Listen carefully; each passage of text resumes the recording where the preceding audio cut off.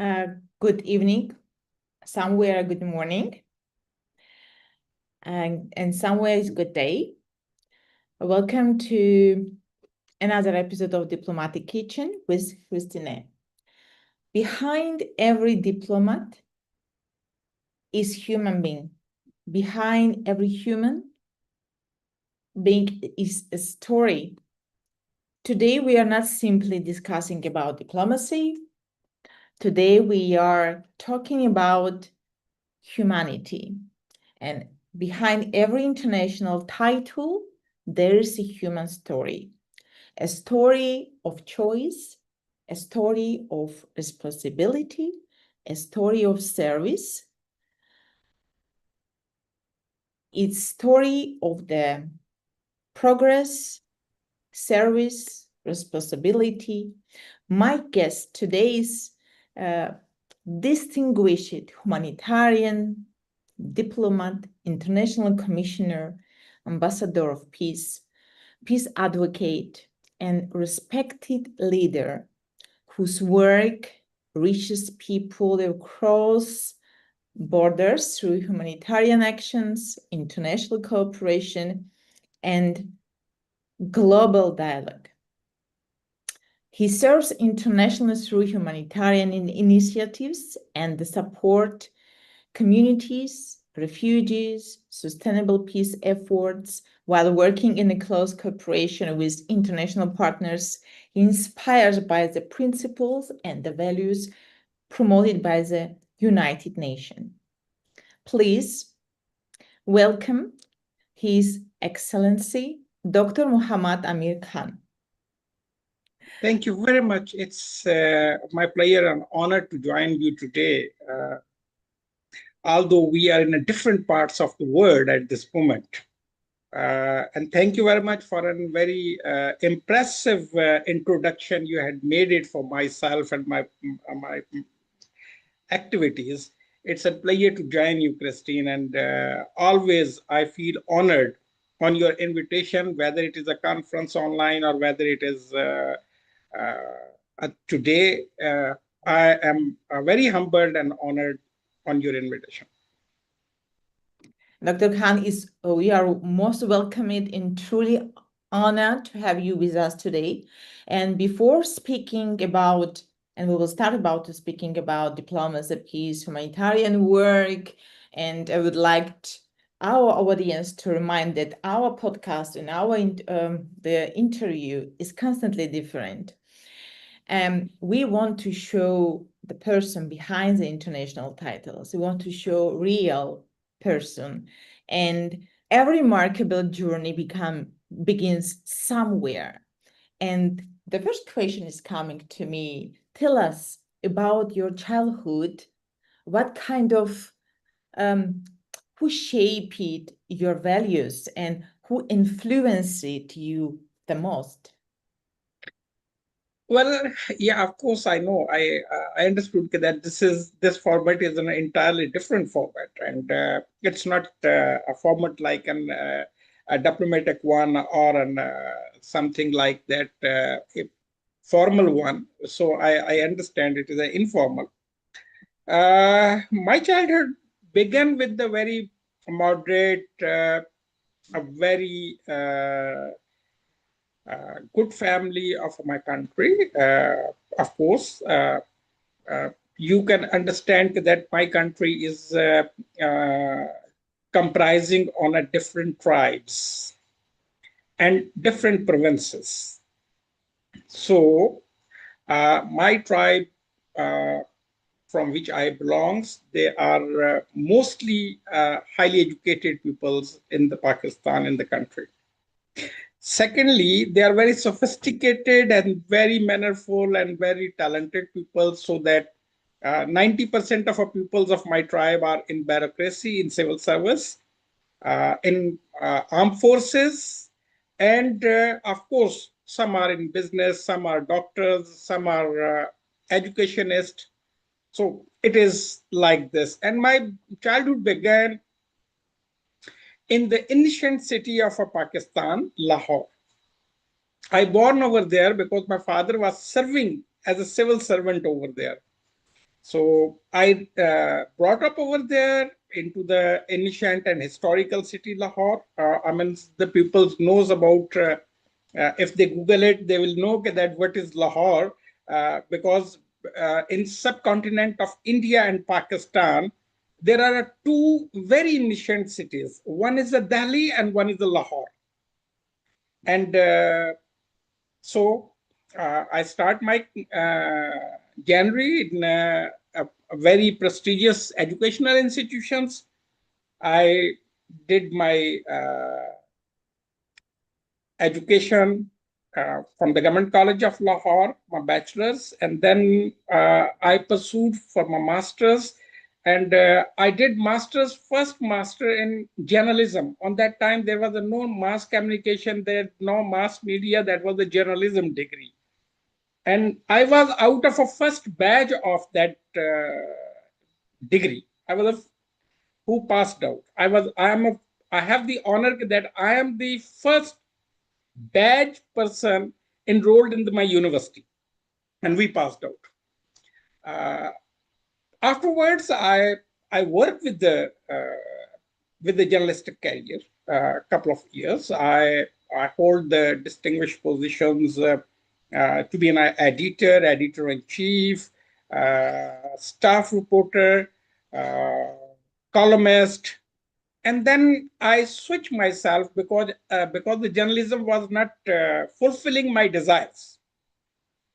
So I switched myself into the law, and I did then again graduation in law and masters in law, and then I joined the civil service also. So the career has begun.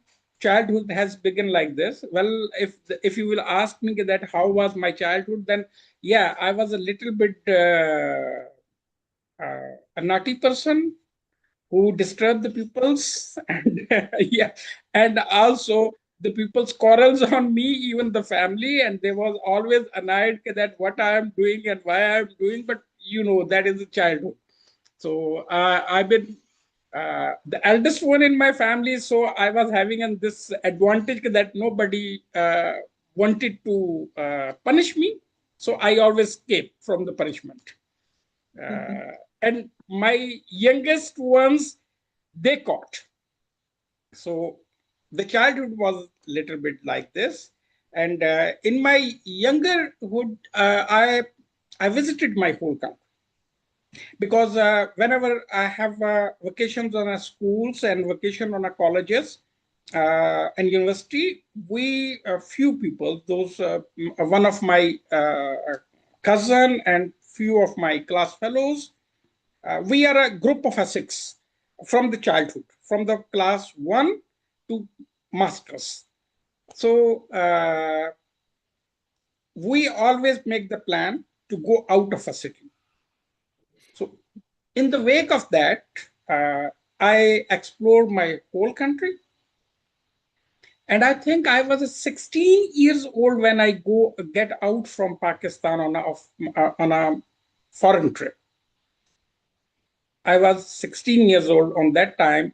We few friends we went out to Pakistan, out of Pakistan to the foreign, and that was our visit to the Iran and Turkey because it was nearest country, cheapest country for us, and we visit that and we explore the Iran. We went by road, not by air. We went by road from Pakistan to Iran, Iran to Turkey, and that was fabulous. I mean, I remember how it was. That January was how it was performed and what we did and how we came back. That was an excellent, excited period of me. So this is all I can tell you about my childhood and about my, younger age, and of course, everybody. I will not say that I was a very shy person or I was very shy child or I was uh, a child that who doesn't did anything. No, I was a curious child. So I put my finger on everything to know, to explore what is it. So of course, that also hurts, but somehow the God has always there to save. So it's happened. Like this, childhood has gone. An amazing story. That's why I like it, our format, because we can look at the person from a different angle and see how they can, how they are outside of the title. So many people are successful leaders nowadays, and after they become internationally recognized, but every leader has experienced it moments of uncertainty. So when you were young, you told me that you have been a bit spoiled and you was naughty. Did you ever imagine you always, as I understood, put the year's nose out of soup in order to investigate? And did you ever imagine that one day your work will reach the international level? Or did life unexpectedly lead you in this direction where you now? Because Well, some destinies, they change through one decision, one meeting, and sometimes through one difficult experience. well, I'm telling you that my family belongs to the civil service and bureaucracy and uh, army family. I mean, we are 50-50. So we know that the first emphasis in the family was always to join the civil service or go into the army. You can say it's a set tradition of a family. But I was the one who didn't wanted to join the army. Although I love Pakistan Army, I love them and their character, but they inspires me. Their uniform inspires me very well when I was a child. I even when I was in school, I joined the Boy Scouts organization. You know, the Boy Scouts is a universal organization.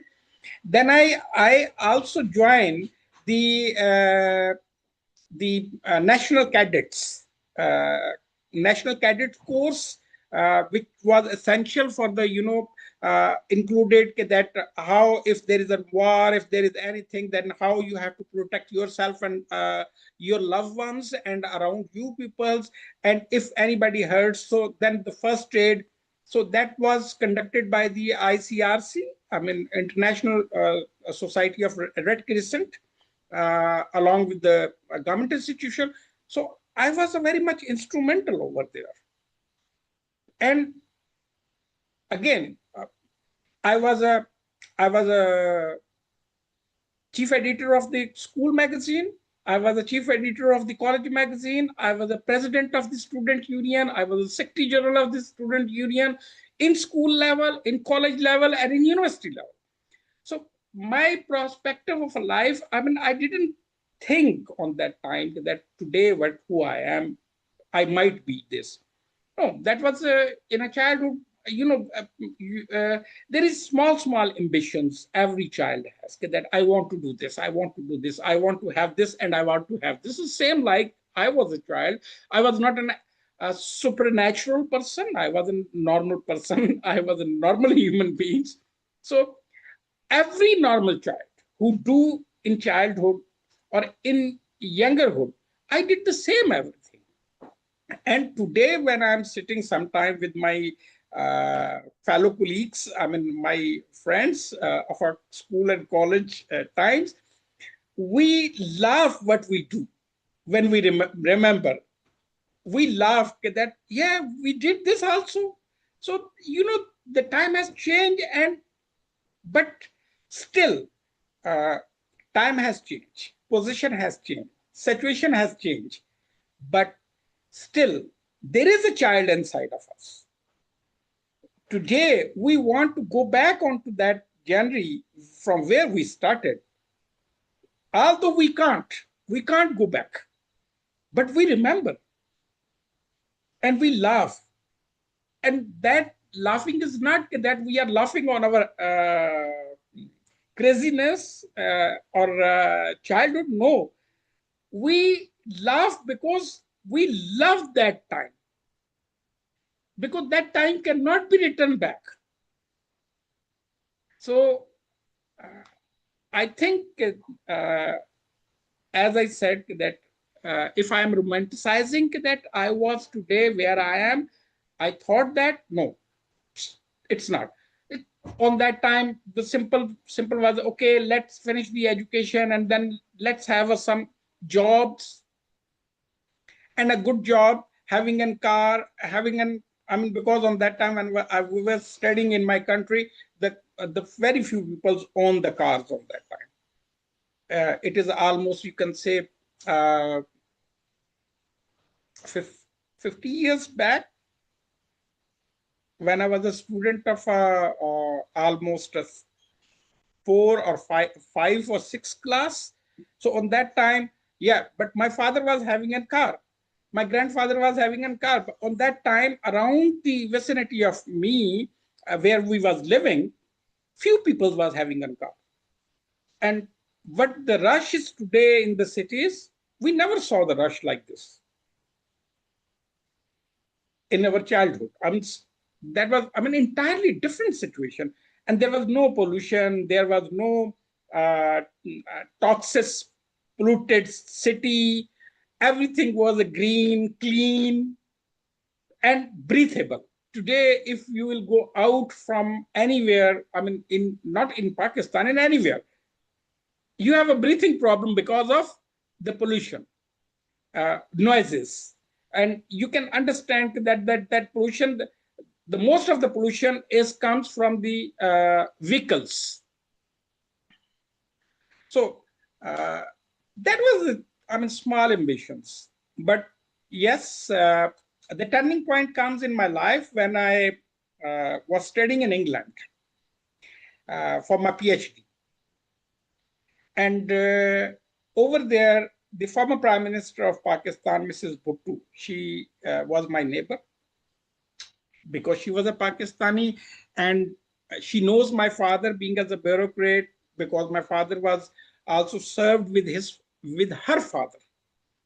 So we was interact with each other, and she was going back to Pakistan, and she said, "Why you don't join us?" I said, "Ma'am, my father will kill me if I will join the politics."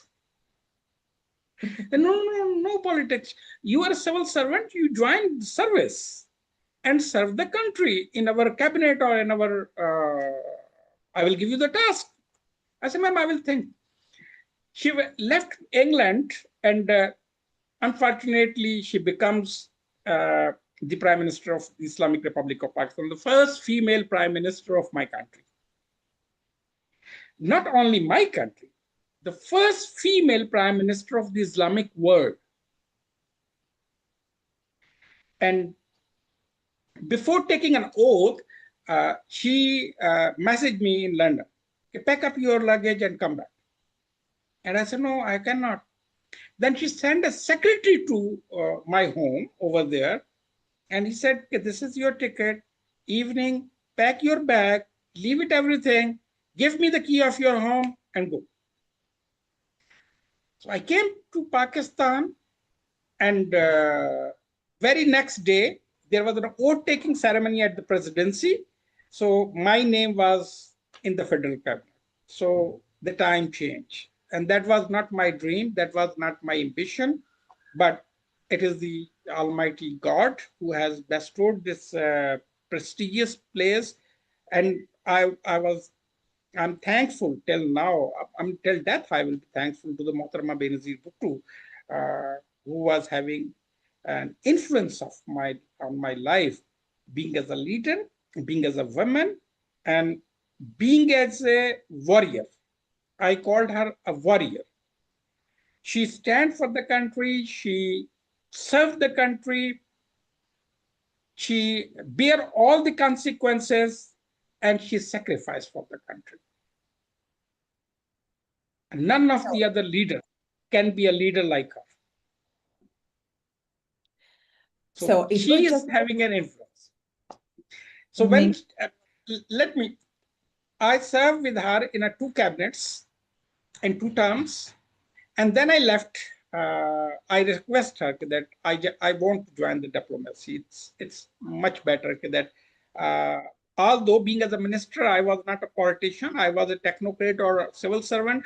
She kept me in the ministry, and then she was going, before going, leaving the power, she transferred me as a diplomat, and she appointed me the ambassador to another country. So from that time, this January has begun, and that January has begun in 1996 to till now. I am successfully doing it, and even if I will go back in my past, I will never imagine that I will be on this position. Amazing. Amazing story, because what exactly came to my mind, that the female diplomat, female leader, it was just like at a particular moment, a person in your life, Your Excellency, that completely changed your future, if I can consider like that. Of course, she changed my future. She changed my mind. Well, I will say that in my own opinion, being as a civil servant, I can serve my country better. It's not that I cannot serve if I'm not sitting on this position, or I was not in as a minister. I can serve in a different way to my country. I can contribute to my country and my countrymen. But she has changed all of a sudden everything. The person who didn't even experience the full service career becomes the minister. He has to control the civil service. So it's really very challenging. Let me tell you one thing, that when I sworn in as a minister, the ministry allocated to me, my father was the top civil servant of that ministry, and he was my subordinate. I'm his boss, my father. And I was stunned. I requested to the prime minister to change my ministry. She said, no, you have to do it.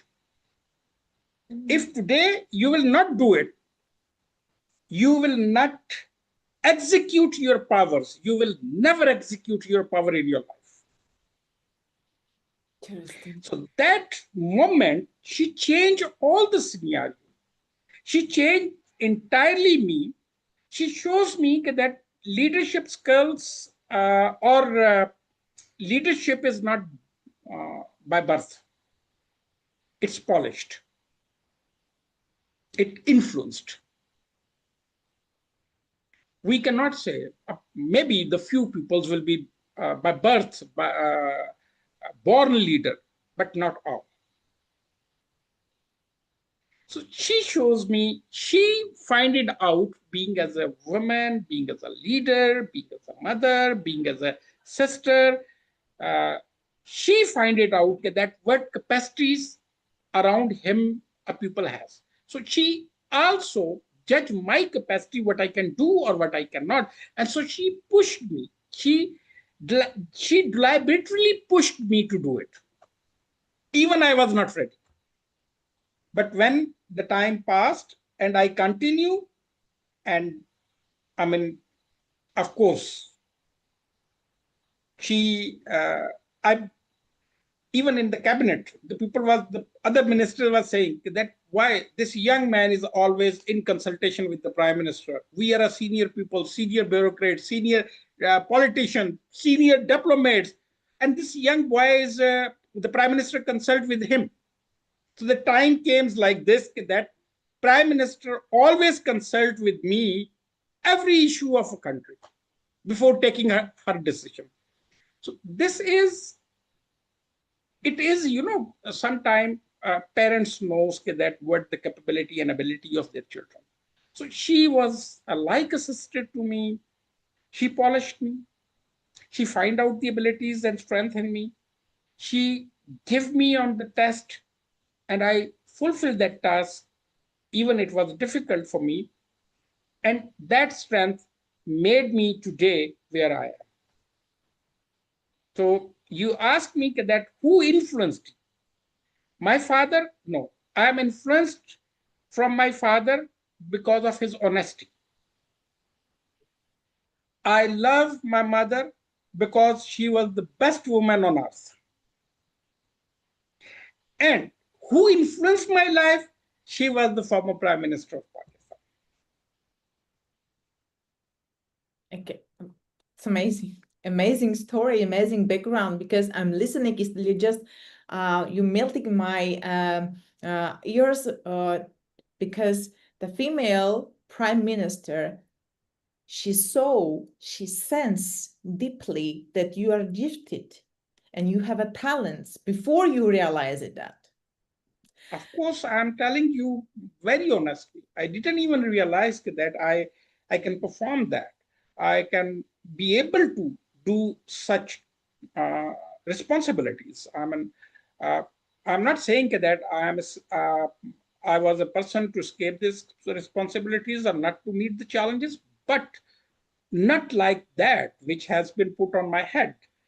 But I will say, by the grace of Almighty God, yeah, uh, I always give this credit to Almighty God, because it was the God behind me and supported by the Honorable Prime Minister of Pakistan, because she was the incredible woman. I cannot say that I am one she made a leader. There are many she made a leaders, and they are serving in a different fields and still serving. Your So she was former she prime was an minister. she was not just for us. She was a family. We respected her. We regarded her. And can you imagine that after she was out from the position, and I was an ambassador, I went to meet her. Uh, Even she was out of power, uh, weekly or monthly, she keep consulting, talking to me on the telephone. And I requested her to meet.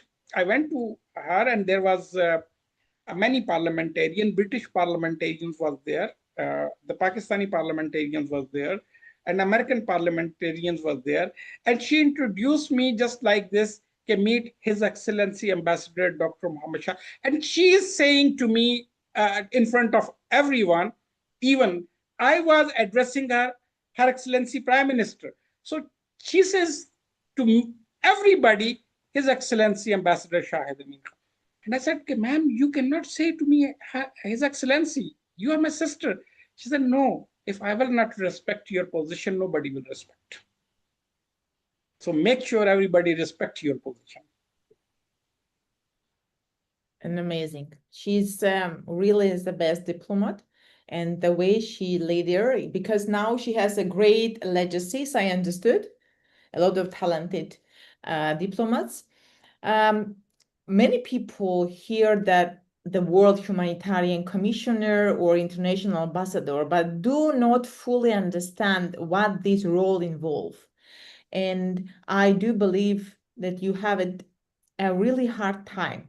Can you remember the most emotional and the difficult humanitarian mission ever you experienced it? Yeah.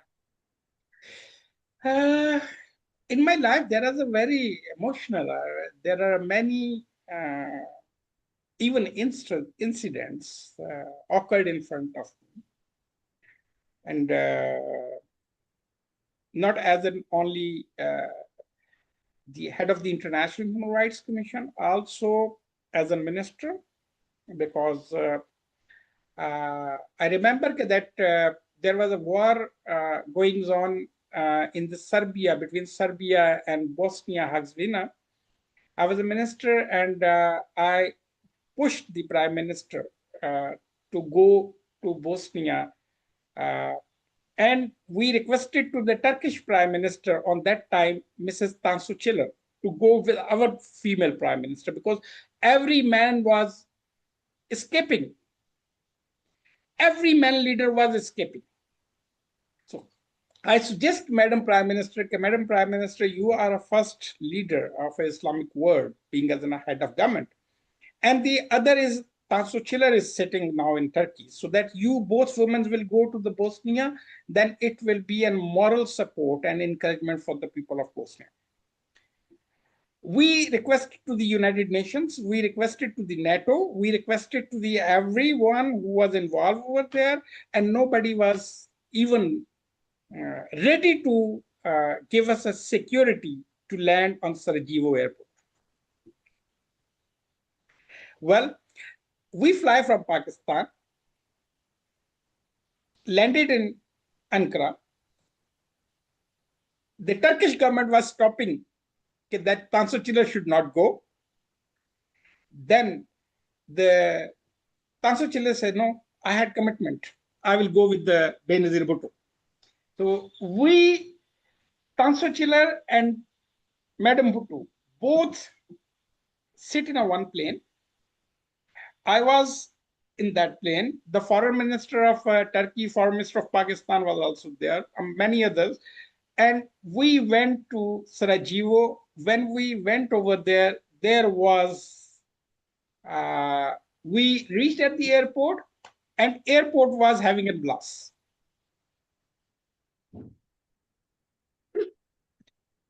We came out from the plane and we just rushed into the cars and we moved out from the airport. Well, there was a security of the both governments, which was provided by the Turkey and Pakistan armed forces. So the security has took us, and we went to meet the Alija Izzat Begwaj, the first Bosnian president. That was, I mean, we were over there for 8 hours in Bosnia, which made the headline and make sure that the NATO and the United States come in it and to stop the Serbia of a genocide of Srebrenica. So that happened. And that was a first in my life. I mean, that wasn't terrible because everybody was scared. And I was scared because I had pushed the 2 prime ministers to go there. And anything can happen. So we safely came back with the security, air security of even NATO, because NATO then came and they provided the security also. But before that, there was hands up. There was not even giving us that, no, don't come over there. Don't go there. This was the, and yeah, on that time, I judge that 2 women. Tansu Çiller is still alive. Mrs. Bhutto has assassinated in 2008. So, but Tansu Çiller is still alive. Before coming to Doha, I was over there in Turkey, and I constantly met Tansu Çiller because she is also a professor in the into the Istanbul University. And we remember that how was that trip. Even it was, we cannot even, nobody, no president and prime minister can imagine into that time to land at Sarajevo airport. That was the first. Secondly, Iraq and American war. And I was, and my government was against of it. And I went to Iraq. Currently, when America was attacking on Iran, on the first attack of Israel and Iran, I was there.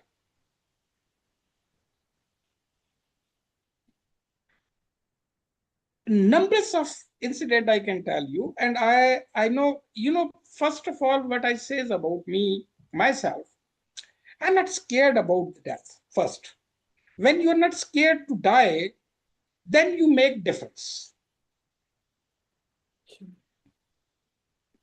I'm not scared of it at all. Yeah, of course, there are concern of my staff, my relative staff, my families, pupils. I mean, I mean, obviously the people, those who loves you or to work with you, they are concerned. And they always says that you don't care. I said, okay, if I care, can anything will stop? If that care will stop me to die? No. So let me do it. So this is, I told you the two incidents, and then I mean I can go ahead with the many things. Let me tell you, I supposed to go to United States on the 9/11, and I should be in the same building which was hit for a one conference. And all of a sudden, Organization of Islamic Conference, the Islamic countries organization, they invited me in Malaysia. I went to Malaysia. I was sitting over there into the conference. It was the first opening day of the conference, and it started 8 o'clock in the morning.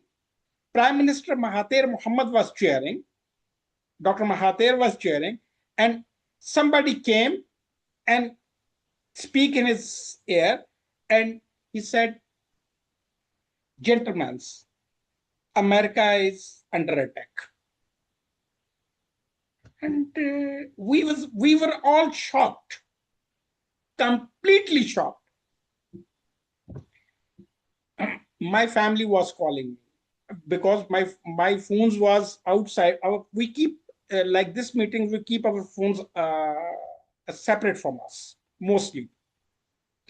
So I stand up from the chair. I went to my staff. I took my phone. My family was calling us. I said, "Okay, my family was saying, if you didn't postpone today, you was in that building." So you can imagine, and this happens. It's very difficult. Sometimes it is the incidents. I'm talking about the incidents, but I can spell you out that there is a lot of pressures which we bear every day. On that we didn't even share with anybody. On a day-to-day working, because when you are talking about the international justice, sovereignty, legitimacy, rule of law, international humanitarian law, respect of our human rights, respect of our women rights, respect of our children rights, nobody is happy from. And especially people sitting in a power corridors. They speak about it as shining words, but they are not in favor until they are in power. When they get out from the power, they remember all that there is a human right, there is an international humanitarian law, there is a women rights, there is a children rights, there is a community rights, then they remember all the rights. But when they are sitting in a power, they are the most evil peoples.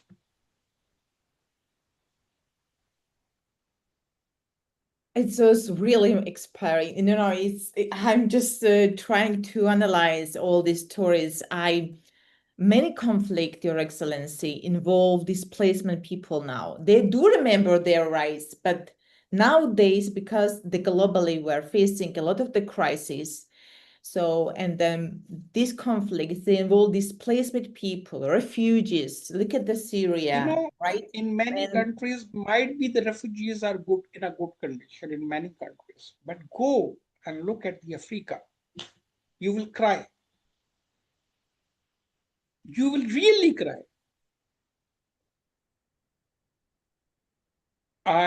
I think I am the one international leader who visit Africa more often than any other person. I visit the all conflicted area. I visit the Ethiopia, I visit the Somalia, I visit the Congo, I go to the Burundi, I go to the Benin, I go to the Ghana, I go to the South Africa. I mean, whole Africa. if you count in the last 5 years, my visits, none of the international leader has made such visits which I did it over there. So the situation is, of course, I can say that I cannot, or everybody cannot be everywhere in a one time. Of course, everybody has a limitations. But when we saw the miseries of our peoples, and we saw our life. I swear, I accuse myself.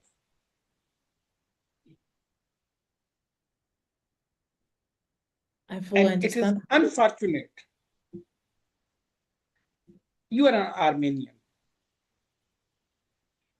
I spoke in the last conference about the Armenian genocide, which is not yet recognized as a genocide, which should be recognized genocide by the international community.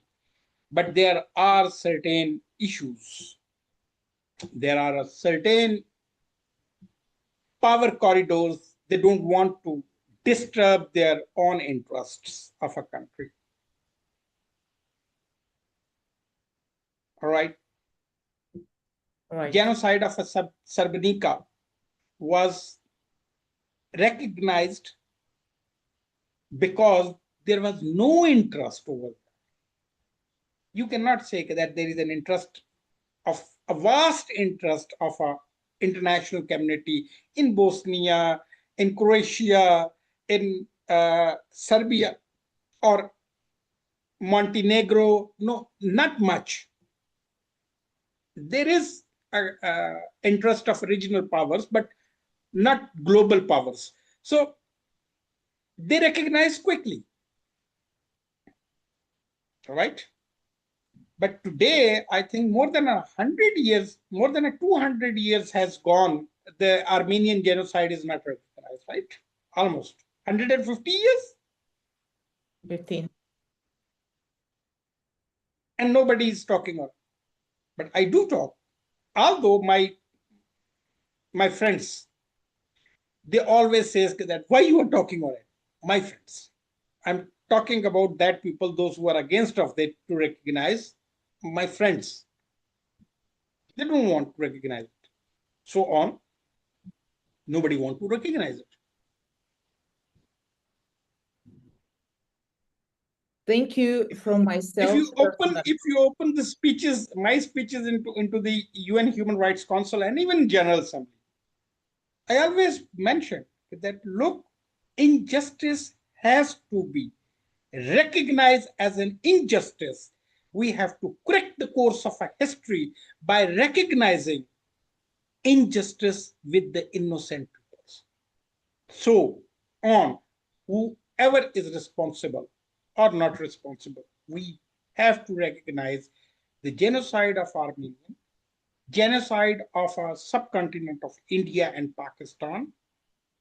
Can you believe that more than 500,000 people was massacred during the partition of India and Pakistan? 500,000.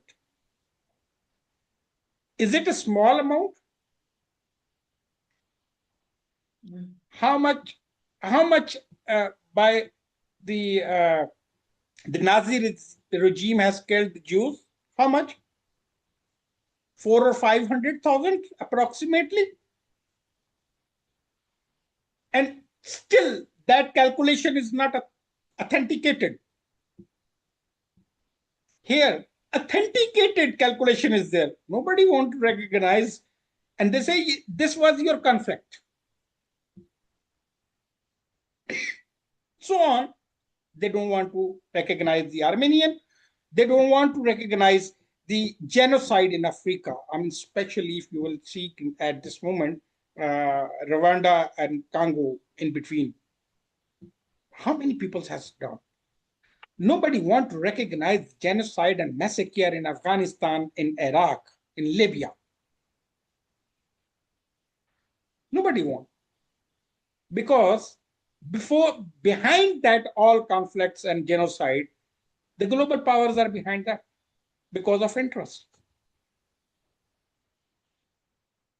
If today all the conflicts will end, then which country needs the weapons? Who will sell the weapons? No, we better drink coffee and enjoy each other. I Yeah, think this is the best thing we can do.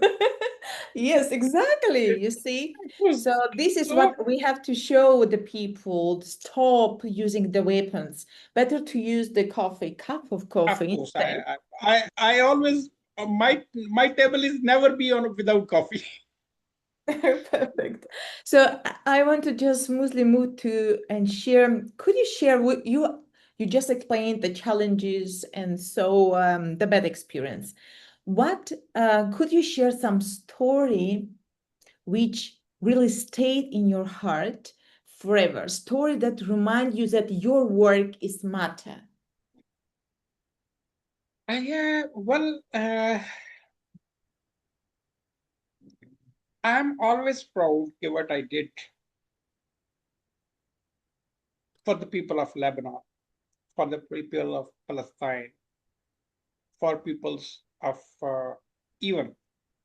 I'm telling you that I was the one, despite the United States, to move forward Armenia and Azerbaijan to talks. I definitely was in because I wanted to have a peace into for the peoples of both countries. It's not a one country, both countries. I, yeah, I, in my own opinion, what I did is that Guinea-Bissau was the country under dictatorship, and I bring Guinea-Bissau back to democracy. That I did. Their constitution was, I have my input.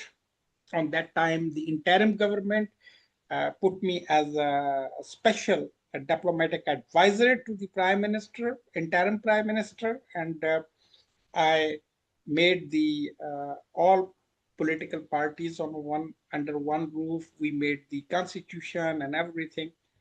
And even last year there was coup again, and that was a failure of the political leadership. That's absolutely failure of the political leadership. You know, the dictatorship come on that time when the political leadership failed and don't deliver to the peoples, and people are happy with the dictators because dictators are delivering and political leaders are eating. That's a completely different. In dictatorship one man eat, in politics 200 mans are eating. So that was my and even when I was leaving the Guinea-Bissau on that time, there was a full-fledged. They give me a guard of honor, which they give it to the head of a state. The people was there, and they provide me special chartered plane to go. I was looking at the faces of that people. Those even they don't have a full dresses, and they were happy. And by seeing their faces, I was thinking that I did something good. Sure. You know, when you saw a smile and happiness on the other people's face, it's make you from inside peaceful and happy. Sometimes a very small gesture make you happy. But yes, the bringing back to the democracy in Guinea-Bissau was my greatest achievement because Africa is not an easy continent. Dealing with the African, it's not easy. It's very hard, very tough, and very drastic.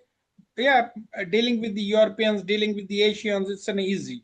Even dealing with the Arabs are easy. Although the people say the Arabs have no mind, but uh, they are now well enough. They have mind also. They're educated. The new young generation is very much competent.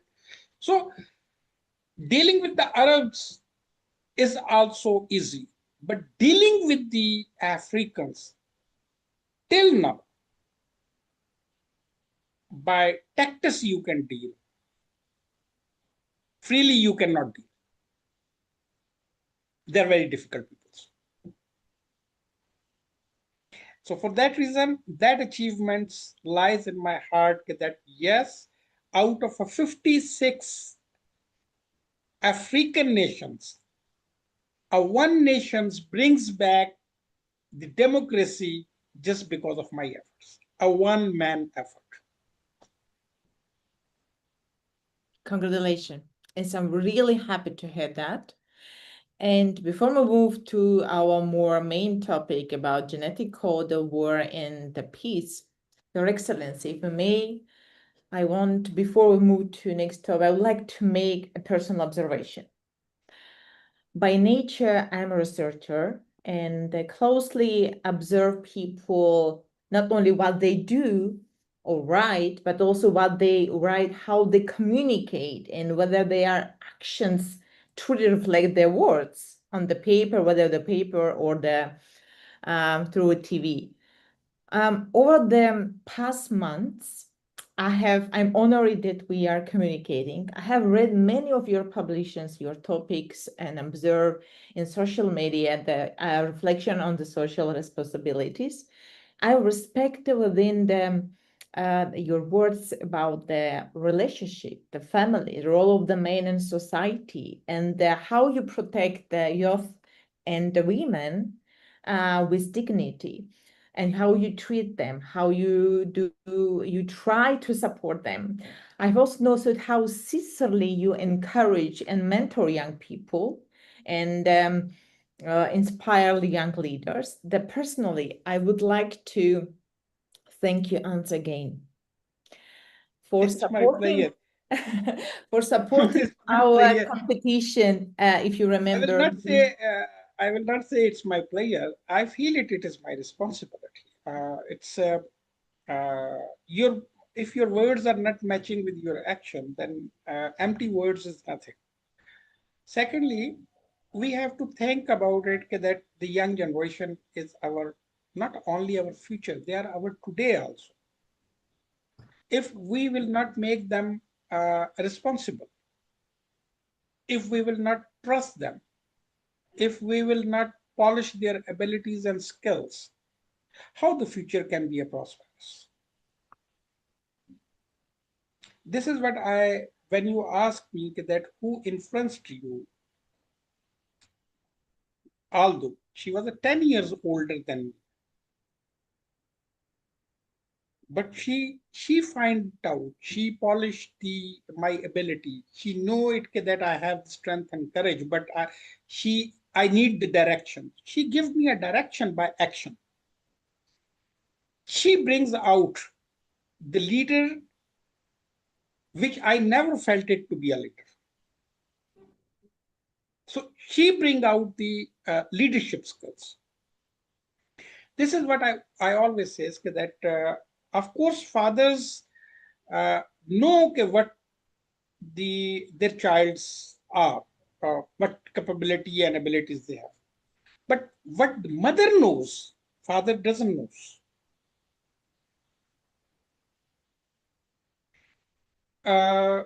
I want to re-quote the word of a Napoleon Bonaparte when there was a crisis in France, agitation, corruption, and everything.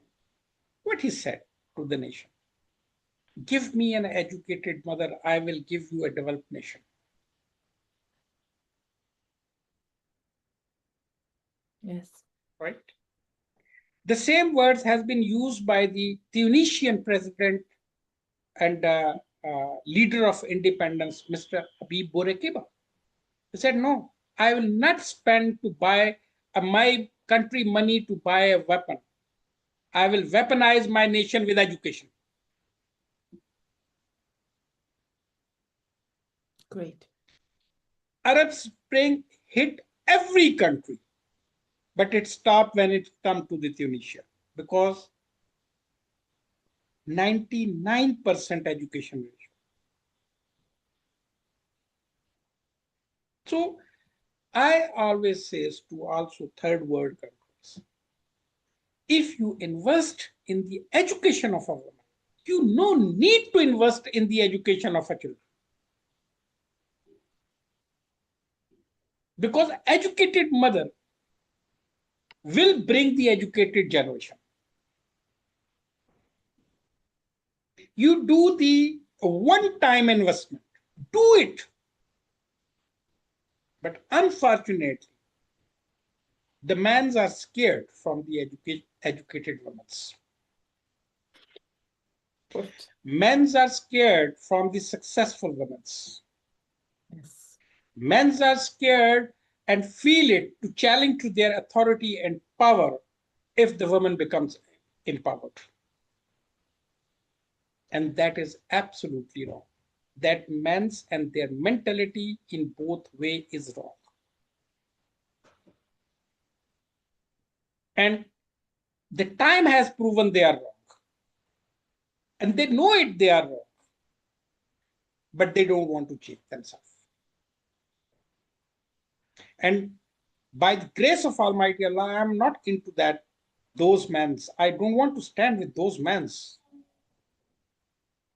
Those who is not going to give away to the women equally for their abilities, empowerment, and the place they deserve.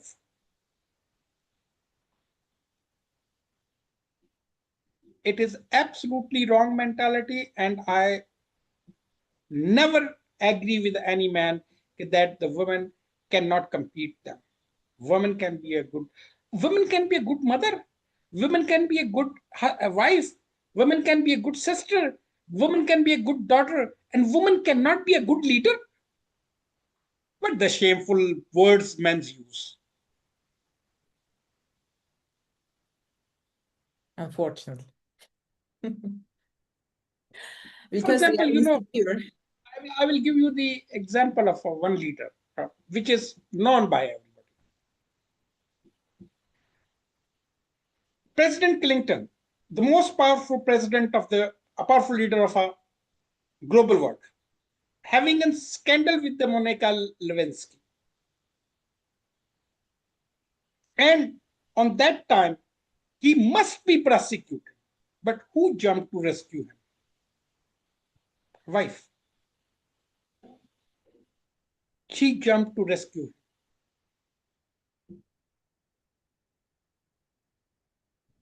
A powerful leader cannot rescue himself. But his wife come into it to rescue him. So who is the real powerful person? Him or her? Anybody want to examine it, that example, examine it carefully, and then come to know that how poor is that powerful person on that stage, on that time when the women are rescuing her. Yes. I'm not saying that nobody has a fault, pros and cons. Everybody has a fault. We are all human. We do mistakes. We have a faults. Whoever. I mean, there is no perfection. There is no perfection in any human. But of course, if not perfection, but this imperfection doesn't work, and the world is facing the problem because this imperfection, they are moving with this imperfection, this world. Put the women on a table of negotiation, a war will stop. Yes. Put the women in legislation, they will manage the home. Country is a home now. And parliament and legislature is a body who regulate the home, country, put the woman over there. The prosperity and development will come. A woman can be a good manager at home, right? Every man admit this fact. 99.9% mans accept this fact that they cannot run the home. Who runs? The woman. So why not? Why not? They can run the parliament, they can run the legislators, they can run the country. Why not? I'm telling you, if in my life there is, in the whole world, if there is a 50% female head of states or governments, the world will change. You will see the world will change. You will see less conflicts, less wars, less aggressions, and more peace. Look at the COVID-19 period. Again, I'm giving the example. COVID-19. Just calculate which female leaders were leading on that time, which country, how she acted, how she secured, how she managed, how she successfully executed the policies and prevent the nation from a disastrous situation, and then compare with the man's and look at how stupid they are to throw their own peoples in front of the hell. It's the second example, and very valid example, because on that matter you can have a figure of every country. It's now open. Whether it's a Jacinda Ardern, whether it's a Sanna Maureen, whether it's Angela Merkel. Look at the women's. They made it the history. They protect the peoples. They protect the country. They run the country. And instead of them, the men's, they make people to die.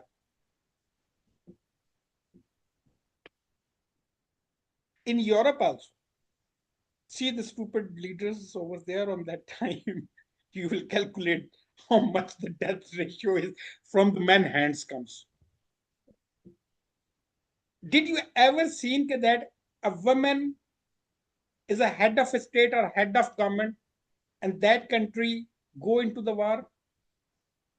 You will find no evidence of it. But whenever there is a man, there is a fight. It's a man's lust of nature. a power. No, the lust of a power. Okay. This is the lust of a power. I will say it's a lust of a power. It's a lust. So if other are concerned, Your Excellency, so we just say, and personally, I want to say again, thank you that you support IMDC competition. And I'm so sad that you could not manage to come to Yerevan that time, but we are inviting you next year to Iraq IMDC 27 in Erbil. So because you inspired the young people, especially like young ladies leaders, and by this message, because you are messaging publicly, I think you encourage them more. Some of them, they want to become and start to work in the parliamentary or somewhere as a young diplomat in their country, especially from Nigeria, from the African countries where you told me just mentioned that you are traveling a lot. So these young female leaders, they need to hear more from Your Excellency. I think these kind of people with the titles, because you can encourage them. I will definitely be. Mostly I go to the universities, colleges for lecturing them, and I always emphasize over there. to both genders to be sit equally, move equally, respective equally. And of course, the people are listening at this moment because they are experiencing that the partnership is the most more important than the overcoming on each other. Partnership make peace. Uh, it's bring prosperity and overcoming of each other. It brings hatred, intolerance. So they are experiencing young generation today. I will say that in every country, young generation are more resilient, and of course they are impatient because they are young. They are impatient because they are young. They are not seeing it the value of their skills and abilities to use by the country. It's happening in every country. I will not blame one or two countries. In every country, it's the same situation is ongoing. Whether it's in Europe, Asia, Australasia, or Africa, or even in America. Even I mean, if you will go to the United States, go into the walking streets and ask the young generation that how they are facing the problem. They will say that they want to escape from here. So it's a common things. And if you will see that what had happened between the Morocco and Spain 2 days before, 3 days before, this is what is the challenges. They are impatient, but a bad governance in every country is making them more intolerant and more impatient. Otherwise, these young generation, young people, they can, I mean, they can make the history of their country. I will let you know that my children, I use the smartphone. Even the smartphone what I am using, I don't know the full functions of it. But if I will give it to my child, uh, they will explore all the function and they will say, "You don't use this, you don't use this, you don't use this." And I say, "What? For what?" Digital generation. So they are much capable. They are much resilient. They are much skillful, but we are not utilizing them.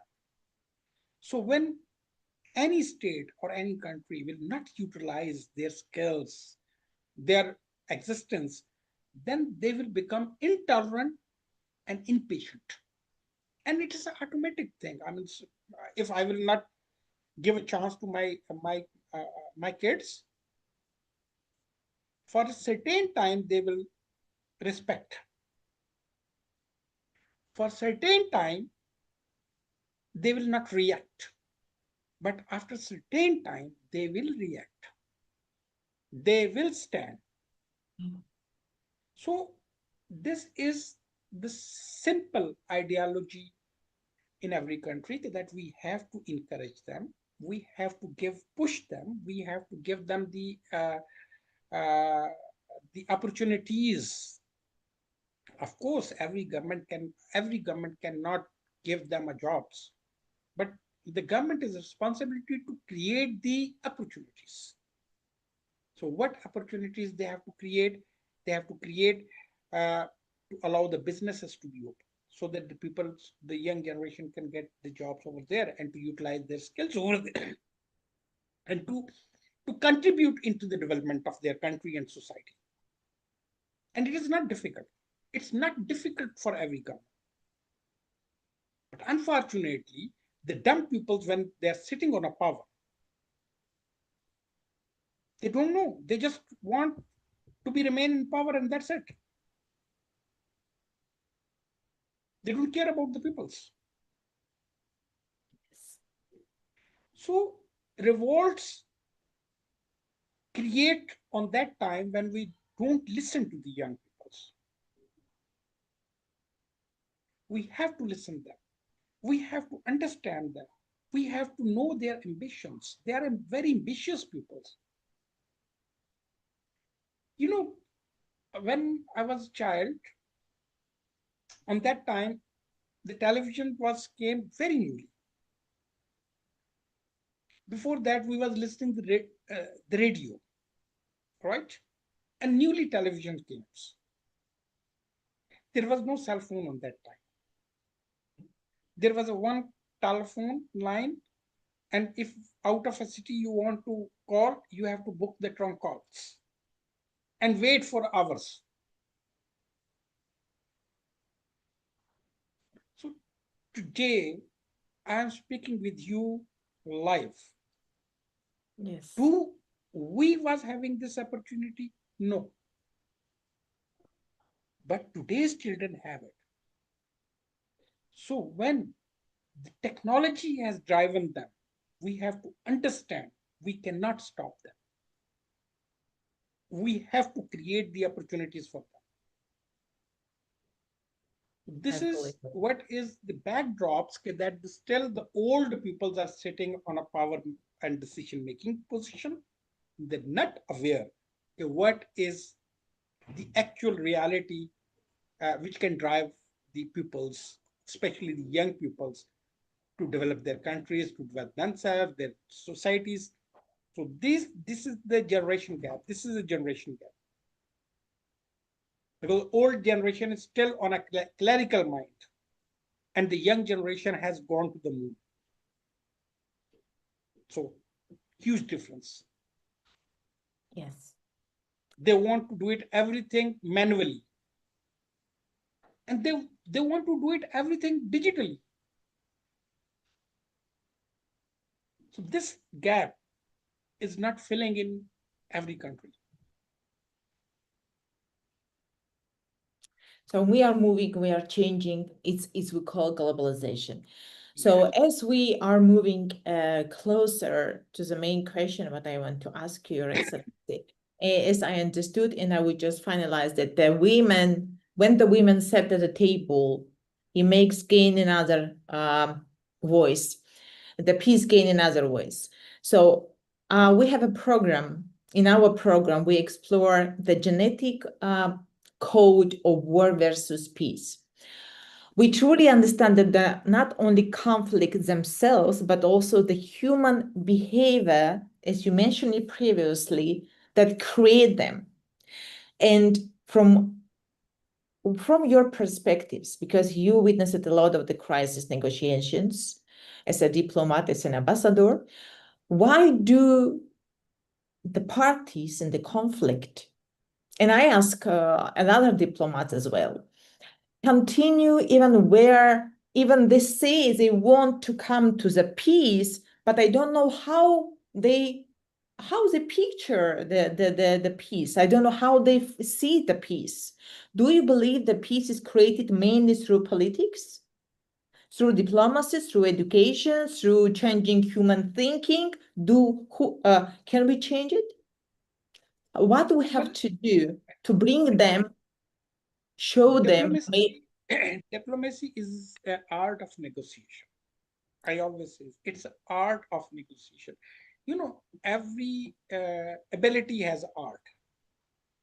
For example, somebody is making the painting, artist. Somebody singing, artist.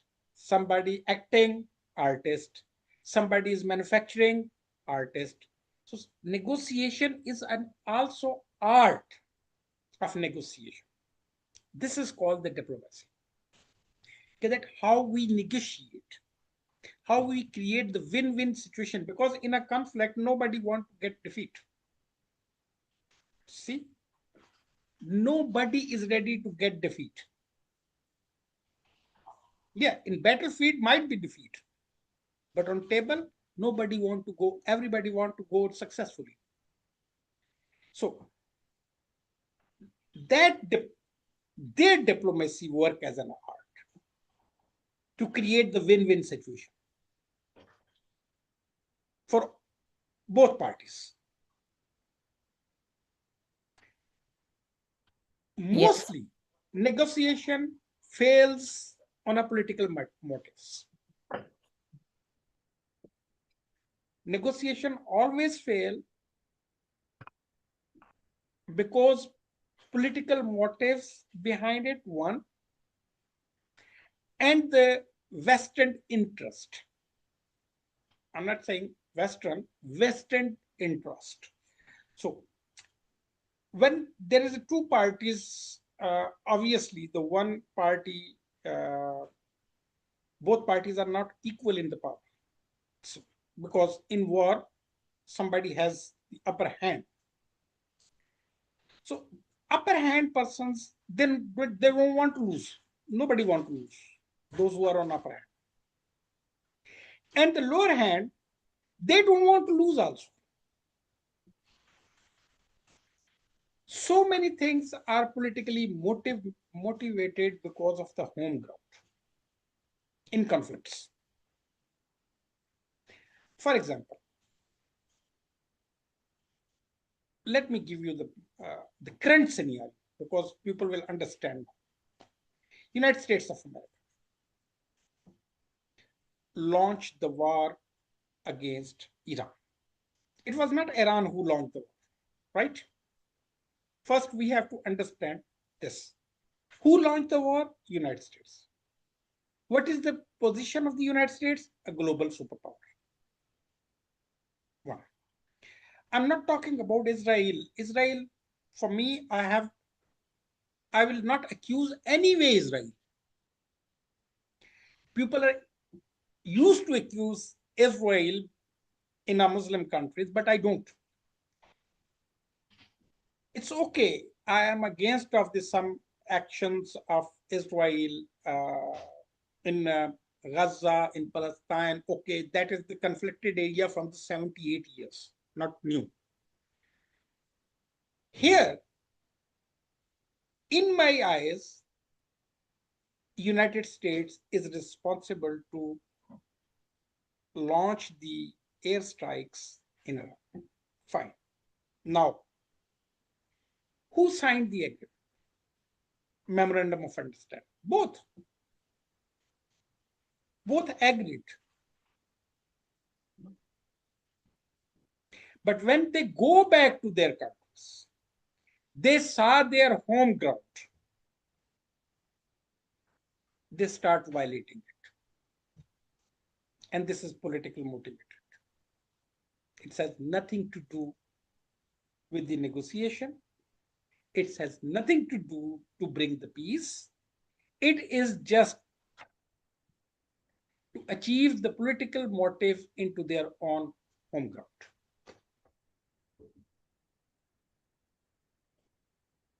So sometimes this scenario comes in front of us also.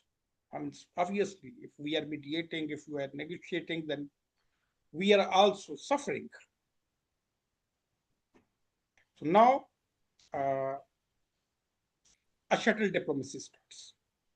Behind the door diplomacy starts. Media knows nothing. Most of the media stories are fake because it's their assumptions. It's not authenticated news. And yes, of course, news on assumptions make more destruction than no news can make the destruction. Okay, fine.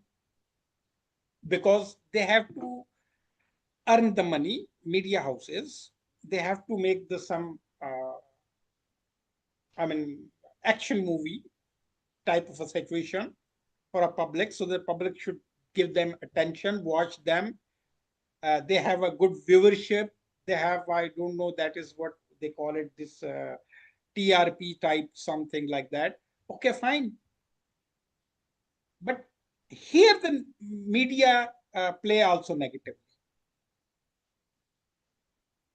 They don't care about the peace. And I am not against of media freedom. No, media freedom should be there, but it should be responsible media freedom. It should be a responsible. They have to give that news which is authenticated, and they stand on it that it is authentic. For that reason, digital media has also make it situation vulnerable for everybody, because digital media is a 90% disinformation and misinformation. So competing the electronic media and print media with the digital media, now the print and electronic media left no choice to do it the same what is happening in the digital media.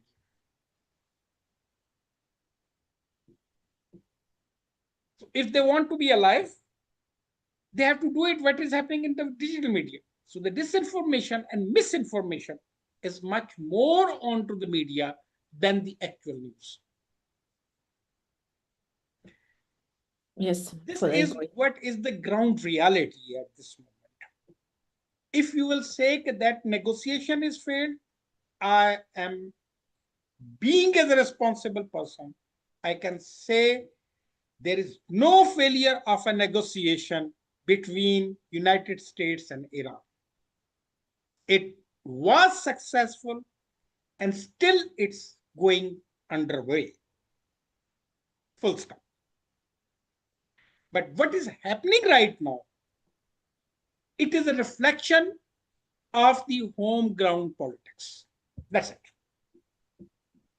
Now anybody can, by this word, anybody can accuse the US leadership, they can accuse the Iranian leadership, of course they can. But both are agreed that there is no way, there is no win with the war.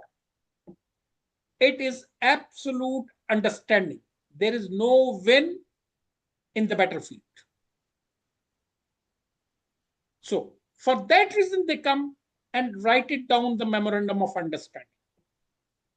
And that MOU is a base to bring on a constructive dialogues on many issues to make an agreement. But after the MOU, when they go back to their countries, they saw the situation and reaction of the public. They went back on that situation where they started.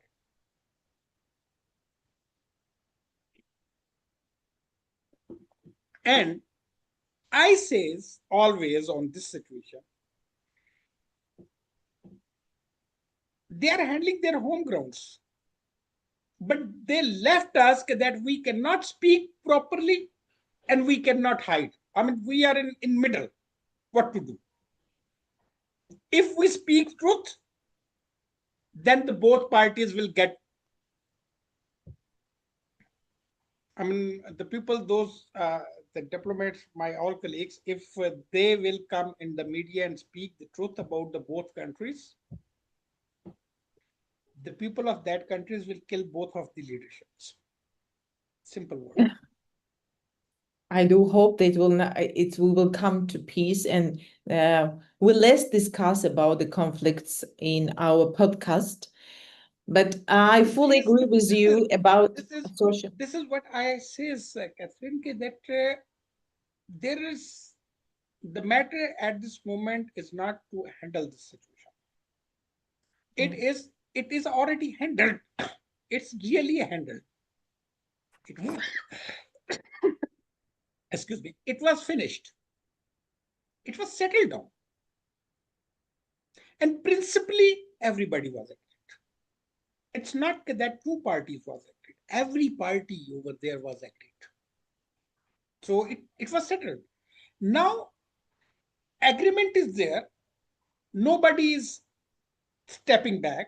See the situation. Nobody is stepping back that this agreement is discarded or finished. Still remain there. But what is happening? This is what I'm saying. What is happening? It is the reflection of the home politics, not international politics. It's nothing to do with the international politics at this moment. And as much as it's my assessment, my belief, and I had communicated to the all parties, as much as they go into this conflict, due to their home ground politics, it will destroy the interest of a both, not one, both. And of course, it will also affect those who are not a part of conflict. So there are many pressures from here, there. For that reason, the world has seen it. Sometime the war stops, sometime attack stops, sometime negotiation starts, sometimes it is what I should say that in my whole life, this musical theater I have never seen in diplomacy. It is, I call it the musical theater, you know. Notebook. It is, if you remember that we was in a schools or colleges and there was a round of a chairs, we sit over there and then something come in our hands and music start. And everybody has to throw it to the others until the music is going on. And that person, if the music stop and that thing is in their, for example, the ball in their hand, that person has to get the punishment. So at this moment, this is the same kind of a musical chairs. I call it the musical theater is going on, and everybody is playing their instrument to getting benefit and advantage. Yes. And of course, and the other people, those who are actually part and partial of this matter, they are watching like a stupid because they can't do anything. Something went wrong in this composition. Nothing is wrong. Really, I am, with the responsibility I am saying it, there is nothing wrong. This is just a reflection of the home ground politics. And the people's and the world is paying the price. And maybe their abilities as a human being, because we are, as I said, from the psychological way, when we appoint some diplomats, first of all, we have to see if they are capable to do something or introduce or solve conflicts. No. I'm telling you, I don't want to take the names. For that reason, I'm saying it, that diplomats has done their job. They've done it. It's finished. Who is not doing their job? Again, I am saying it, it is a home ground politics. And who is dealing the home ground politics? Not the diplomat. I don't want to take the names. No need to take the names. I fully understood that. And I think we need to give more opportunity to diplomats just to, okay, they did their job, as you mentioned it, Your Excellency, but they have done it. Yes, maybe they need to follow to do it, just to take care of it in their homelands, or just to say, to come back and say, maybe Your Excellency, I will finish and I will just help you with. The problem is the composition of every country is different. Yeah. It's democratic, non-democratic, presidential, parliamentary, whatever the structure. Yeah. Composition is different. So the composition, let me tell you one thing, in cabinet of ministers. When I was a minister in the cabinet, the prime minister is the chief executive of the country, right? The final decision has to be taken by the prime minister. So we was on that time 26 ministers in a cabinet. And if even 26 says that this should be done, and if the prime minister will say no, the 26, the opinion of a 26 ministers go into the despair. So now I think you must understand, diplomats has done their work. And they done their work by the blessings of their superiors. And that superiors are also agreed that yes, it is good. And they publicly accepted it. You know, when you sign the MOU, what you are doing? You are accepting, right? And after a few days, you go back and you start quarreling on something else. So that is your home politics. It's nothing to do with the international politics.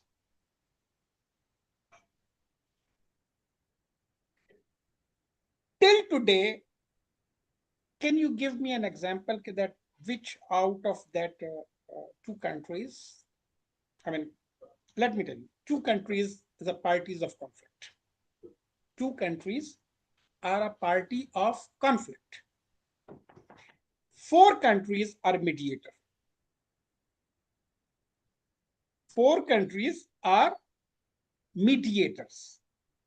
So the two parties of the conflict agreed upon under the mediation of the four parties.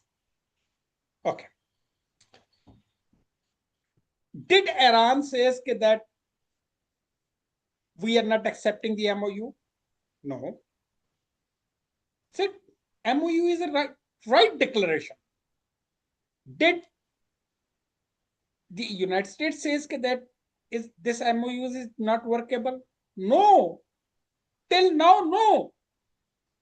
No, that, but they are accusing each other just because of the home politics. So it means diplomat has done it their best job. And the four mediators, every mediator, if you will talk to the every mediator, even a public opinion, even a media opinion, this is that MOU exists. It's not finished. So if the mediator are saying, the four mediator, and I can quote the name of that mediators: Qatar, Turkey, Pakistan, Saudi Arabia, they are the active part of mediation. All right. Egypt is a sleeping part of mediation. So altogether is a 5, but the active is a 4. So out of that 4, give me a one example any mediator says that MOU between Iran and United States is finished. No one. Everybody say, yeah, we are working on it. So rest is the home politics. Obviously,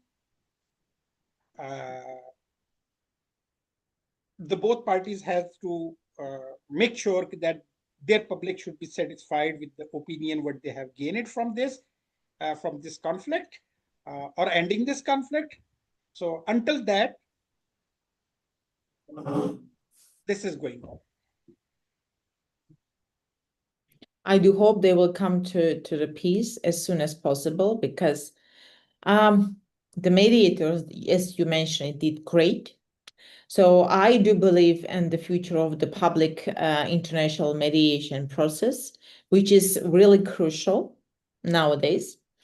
And we think about something positive, because I want to put in the center Your Excellency. And for us, it's important to understand, okay, we are challenging global crisis, and we have these agreements or mediators, they are doing the job. Okay, the mediation is good. Everything is good. Today we have a clouds, tomorrow we will have a good weather, even though today we are under the weather. But what about you, Your Excellency? When you finally have one free day, I do believe you have at least one day free. How do you spend this day? Don't tell me you're thinking about the politics. No, no, no, no, no. Don't tell me you're talking about the politics. Well, if I have a free day, what I do? Yes. I drink coffee. Okay, so let's drink Yeah, coffee. I look at the news also. I mean, at Mm. least 2 times in a day, whether I am on off or not, I do listen to the news. Although we no need to listen the news because our staff is putting messages full of messages every time about everything.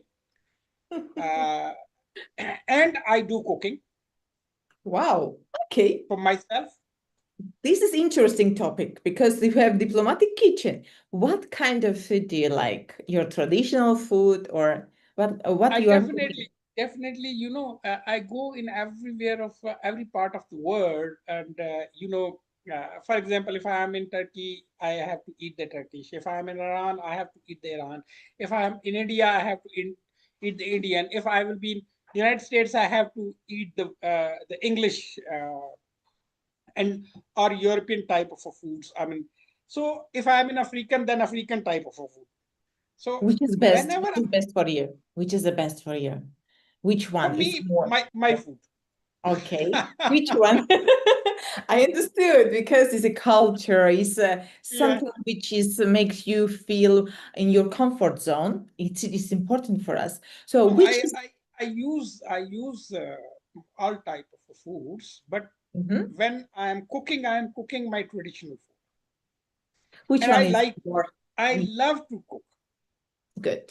Well, I mostly cook the vegetables, lentils, Mhm. rice, because it's difficult for me to make the bread. So I quit the bread, but I keep the rice, and that is the mostly I do. The lentils we make it in a traditional way of my country. It's spicy and vegetables. Yeah, our food is spicy, and all world food is non-spicy. So to that is what is I do. Okay, whenever I got time, I do that properly. I cook and I keep it in fridge that if it will be for 2 3 days. So whenever I have time, I can take it and I can eat it. So the cooking is one of my favorite thing on my off day. Uh, and What about the obviously, singing, no, I dancing? don't sing. Uh, I mean, yeah, we will be having and friends, and we do sing, we do dance, we do drink, we do uh, make a jokes. I mean, I told you in advance, we are a human, we are not a machines. We do each and Right. everything what every normal human do when we have a time. But it is depends that sometimes we don't have an off day because of our job, nature of a job, and because of a traveling even.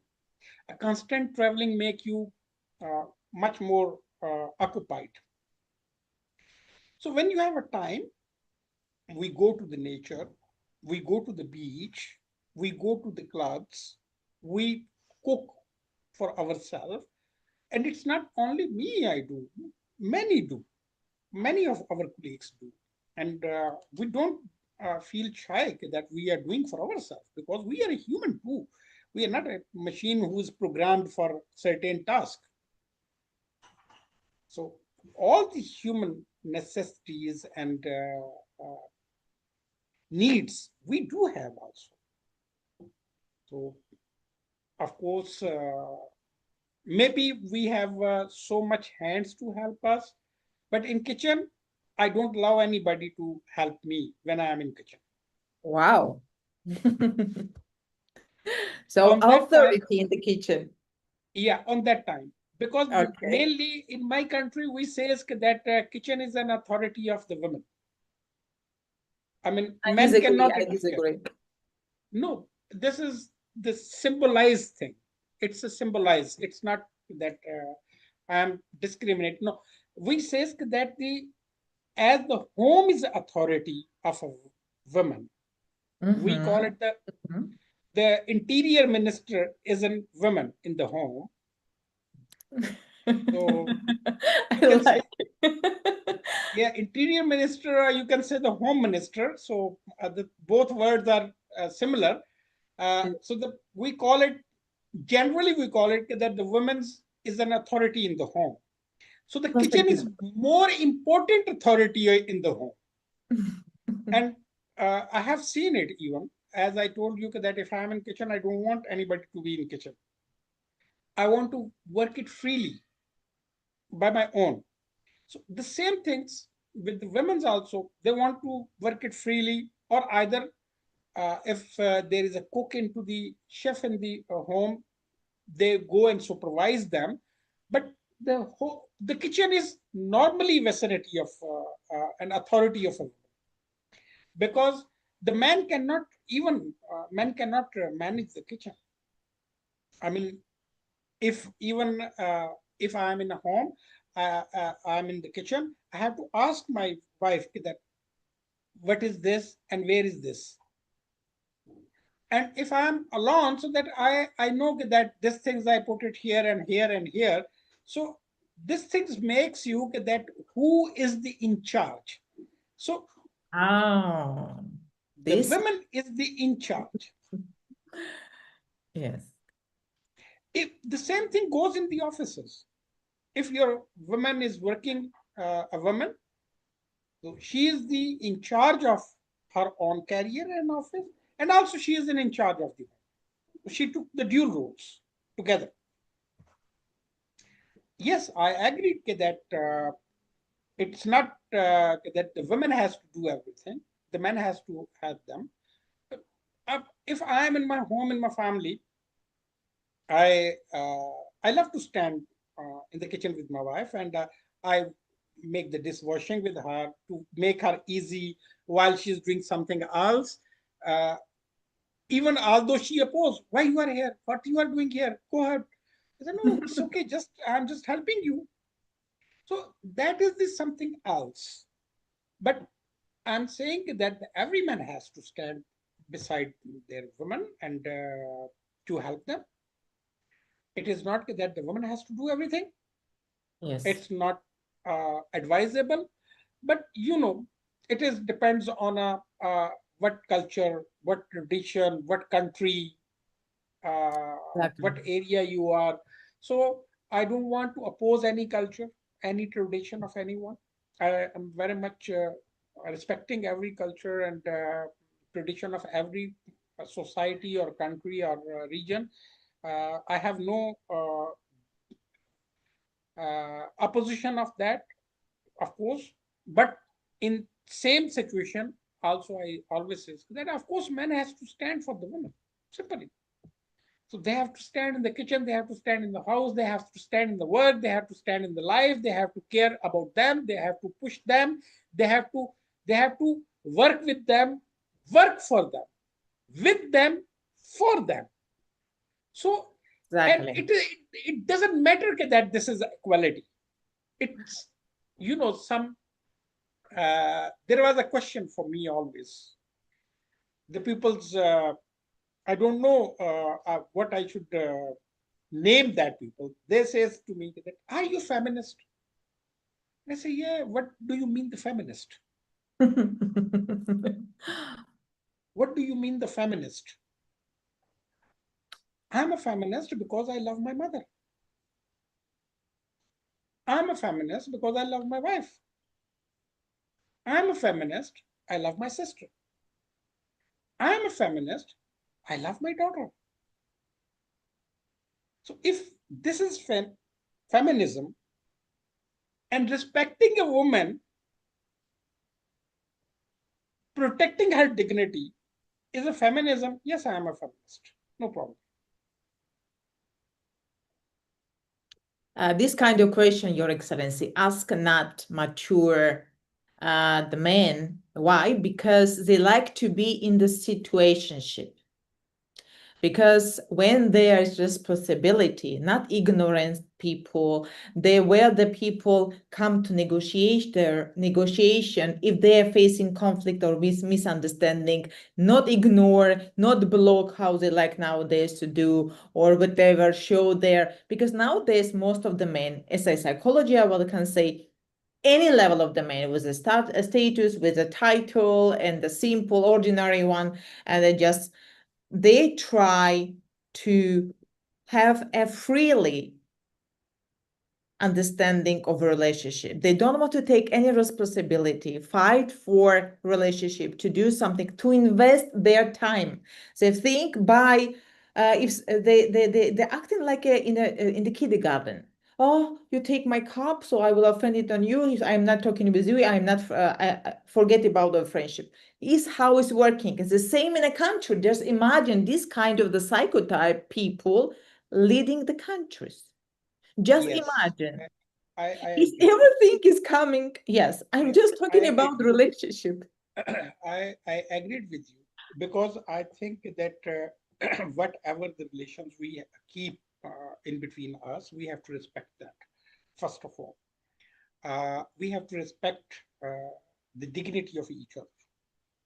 We have to respect the personality of each other. We have to respect the desires of each other. Yes. We have to respect the needs of each other. And moreover, we have to respect the emotions of each other. Because there is no relationship without emotions. Because we are a human. And without emotions, there is no relationship. Yes, I agree. On that time, there is a situationship. And the situationship is, I will say, morally, yep, morally, I don't accept that kind of a situationship. I don't recognize that type of a situationship. And I completely oppose that situationship where the right of a woman is undermined because of the needs and superiority and authority of a man under the name of situationship.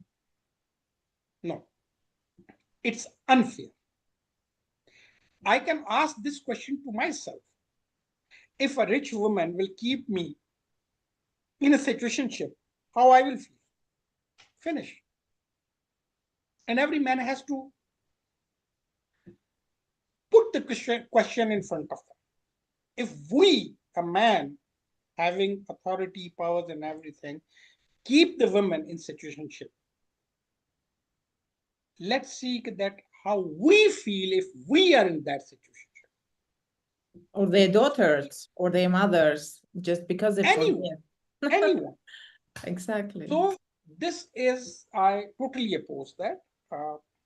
I with the respect for those people, those who are in this situationship, but I says that uh, this crush the emotions and psychology of a other person.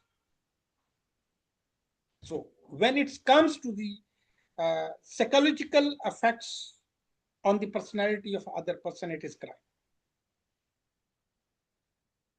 Nobody has a right into any situationship or into any relationship to physically or emotionally destroy the other person. So this is crime. Yes. It's So so when we recognize this is crime, then there is no existence of this situationship. bravo. Correct. Correct. And we have, at least if not, we can start speak about that, because it's Of course, not we maybe have to. about our us, the future generation, our Of course, daughters, our we have to make granddaughters. them aware. We have Yeah. to make them aware that it is not good at all. It is not. It's you know there is a two aspect of a life, physically and emotionally. If you don't have an emotion, you becomes a machine. If you are physically not fit, you becomes a patient. So who can choose that we should be a machine or a patient? No, we want to be a healthy human. So the healthy human means physically and emotionally both. So we have to, yeah, we should start talking on it. And if, basically the problem is uh,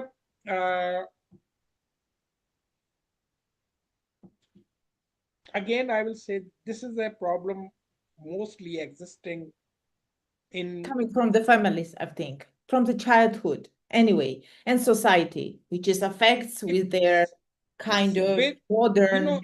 if you will come to my country, my Pakistan, I'm saying Pakistan, and I'm not saying only Pakistan. Let me give you the example of the other also. Pakistan, India, Bangladesh, Sri Lanka, Nepal, Bhutan. If you will go to the subcontinent, Afghanistan, okay, let's go to Afghanistan, Iran, these countries, till now, our younger generation cannot go into the situation. Might be what I will call 0.001%, maybe, but I'm not sure about it. Why?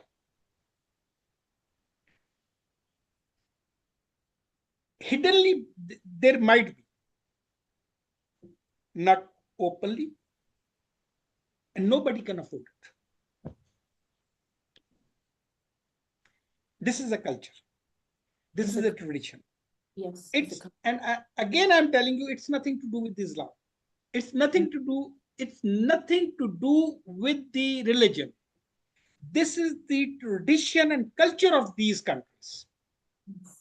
So the same culture, if you go behind the 50 years, the Europe and America was having the same culture.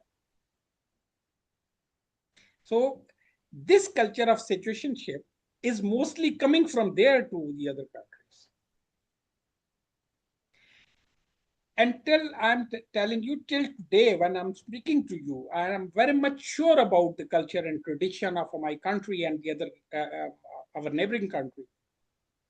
We cannot allow. Take the responsibility.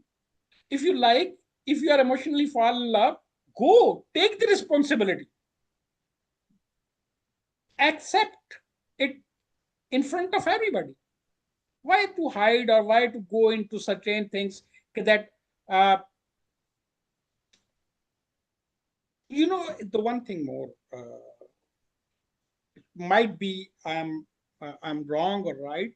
You can correct me. The one thing is that the young generation, because of the economic condition, they cannot bear the responsibilities more. We have to look at the economic perspectives also. So they are trying to be in a living situation that they are not burdened for each other, or if they will be separated, there should be no other burden of the next generation to it. And mostly this situation is arising due to the bad economic situation in the more countries. Because you cannot deny, again I'm saying, the physical need you cannot deny. It's just like that if you are hungry, you have to eat it, whatever is available. So there are physical needs, and we have to teach the young generation, of course that is your legitimate needs, but you have to be responsible for it, and you have to care that you both parties has to be mentally and physically both, or emotionally, should be helping hand for each other, not to distract and not to destroy the mental, physical, and emotional strength of others. Of course, we cannot stop this. We cannot stop, but we can give them the strength that how they can be a good partner for each other, whether they are living in a situationship or whether they are living in a relationship. I mean, it's nothing to. I don't want to compare that situationship is better than the relationship, or relationship is better than the situationship, or the marital relationship is better than the unmarital relationship. I don't want to discuss in this flow, but I can say that the both partner, those who want to live together, they have to care emotionally, mentally, physically of each other. I think this is for all of the culture is as a main mission. It's not just we can't divide because this is a morals. Yeah. It's So natural. this is what I say. This is what I say, that I will, whenever I speak to the young generation, I say, please, at least little bit responsible of each other. If you cannot spend on each other, at least physically you can spend on each other, you can emotionally spend on each other, you can mentally spend on each other, you can invest into both each other to be good partners. Don't kill the emotion of each other. Don't destroy the mental peace of each other. So I think this system works globally as well, because when we speak about the partnership, we can speak about the neighborhood countries. It's the same story. same story, yes, of course, It's because the same story. same story. Because next to me, if somebody is living and they are a peaceful couple, then I will be living a peaceful. If they are not a peaceful couple, they are abusive or toxic or something like that. They will quarrel all the time, and they will destroy my peace as well.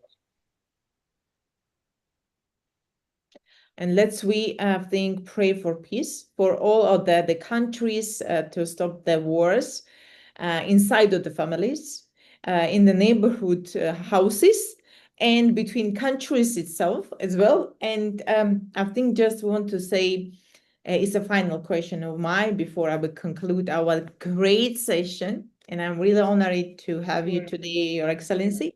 If you could deliver, just let's say it's the last day, and our TV, which is brings sometimes chaos or peace, say that, okay, this is the last day on the earth. What kind of message you can deliver to the world leaders? Only one sentence. And what would you say?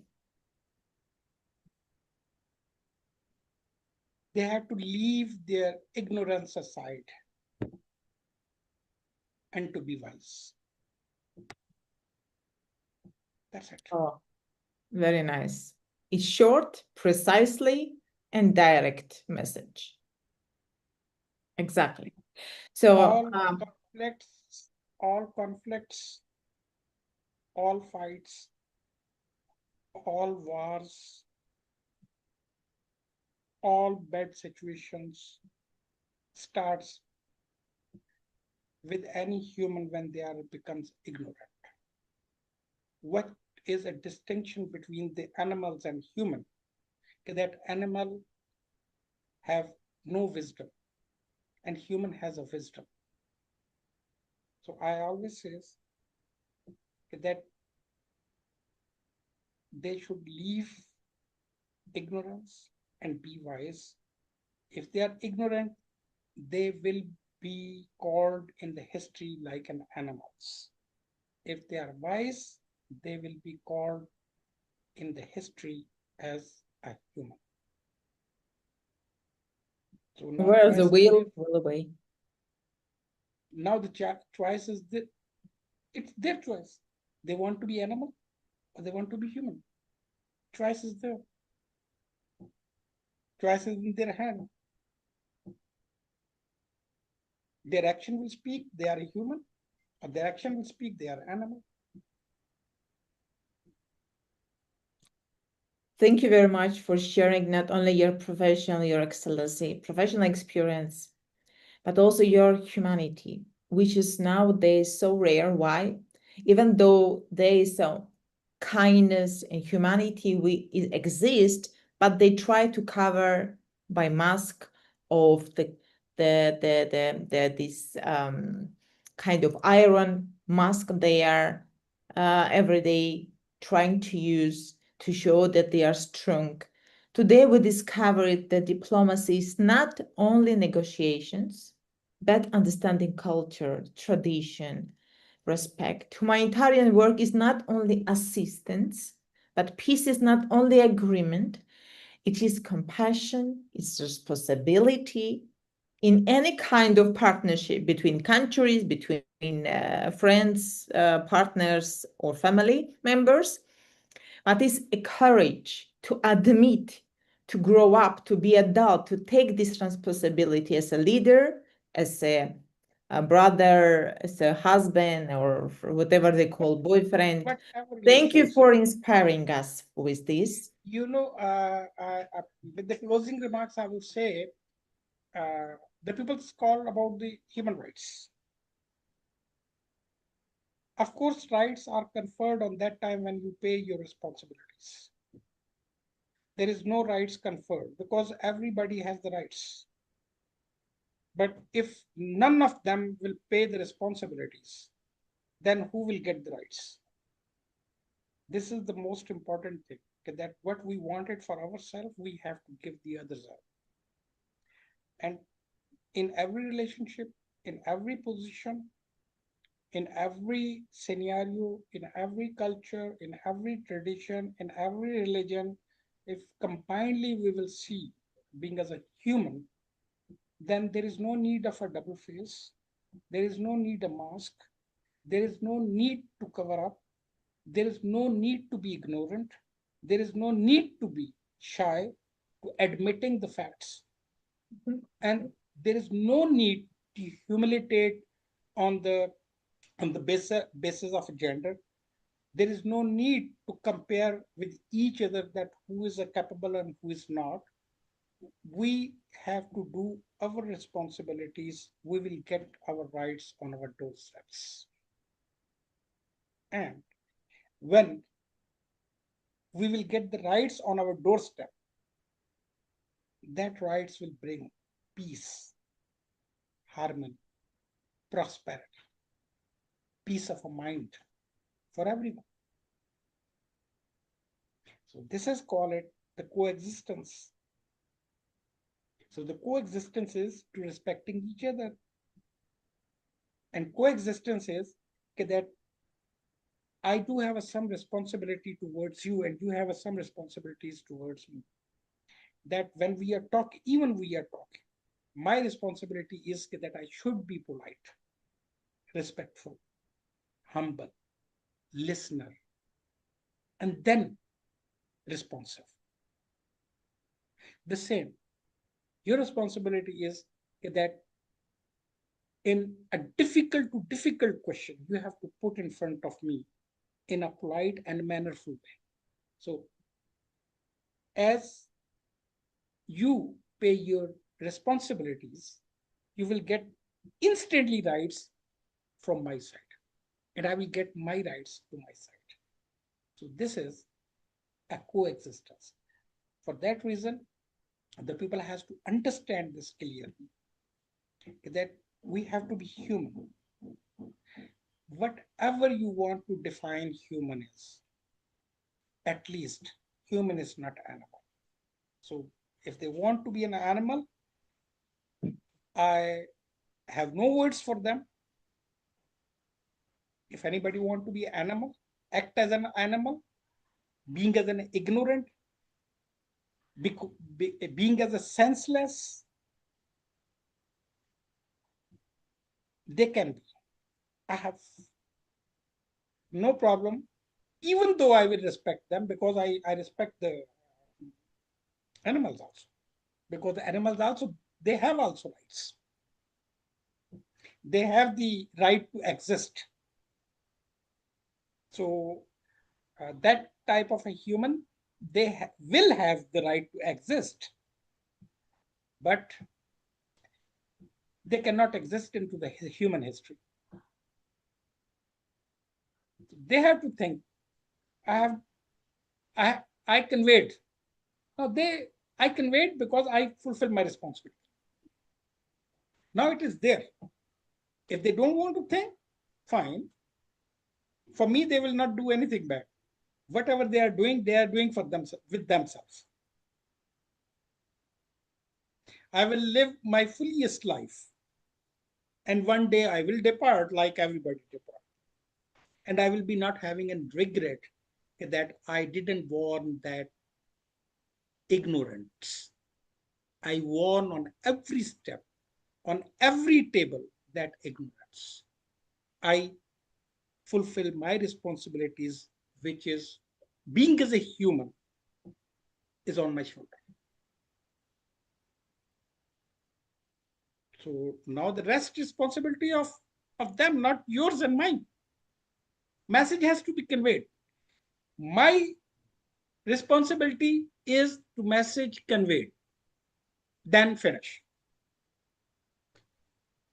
So thank you very much, Kristine, and it's really, really an honor for me. And I will say that in my whole life, nobody has taken the interview like this, and I never give it to the interview like this. Not at all. I quite often go to the television channels or national and international media on the certain issues. I don't talk personal. I don't talk anything else. I don't even talk the personals of others also, but it's a fabulous time I spend it with you, and God bless you always. And Thank you. I will be always available for you. Thank you very much, inshallah. Thank you very much. God bless you as well, Your Excellency. It was really true privilege to have you with us on Diplomatic Kitchen with Kristine. And I want to address to our audience on YouTube channel, because they are witnessing from around the globe. They send me messages from Brazil, Ecuador. They say they congratulate.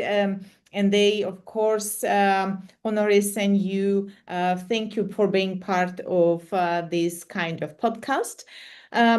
Dear friends, dear colleagues, and dear leaders, I will say community leaders, thank you very much for joining us for another inspiring conversation on Diplomatic Kitchen with His Excellency Dr. Muhammad Amin Khan. So today's discussion, touch it. If it's really touched your heart, please like, share it more people, because His Excellency shared a lot of messages to young diplomats, to young generation, to couples, to leaders, shared his experience. I want to show that how they are in reality our great leaders, that they are all human beings. And I want to remind our motto: every conversation is an opportunity to replace misunderstanding with understanding. And until next time, keep building bridges, not walls, with us. Thank you. Thank you, Kristine. Thank you. And wishing you a great evening, Sunday evening, and hopefully to see you soon in our future conferences. Definitely, I will come to you, inshallah. Inshallah. Wish you a great good work week. Thank you very You much. too, you too, you too. Thank you. Bye.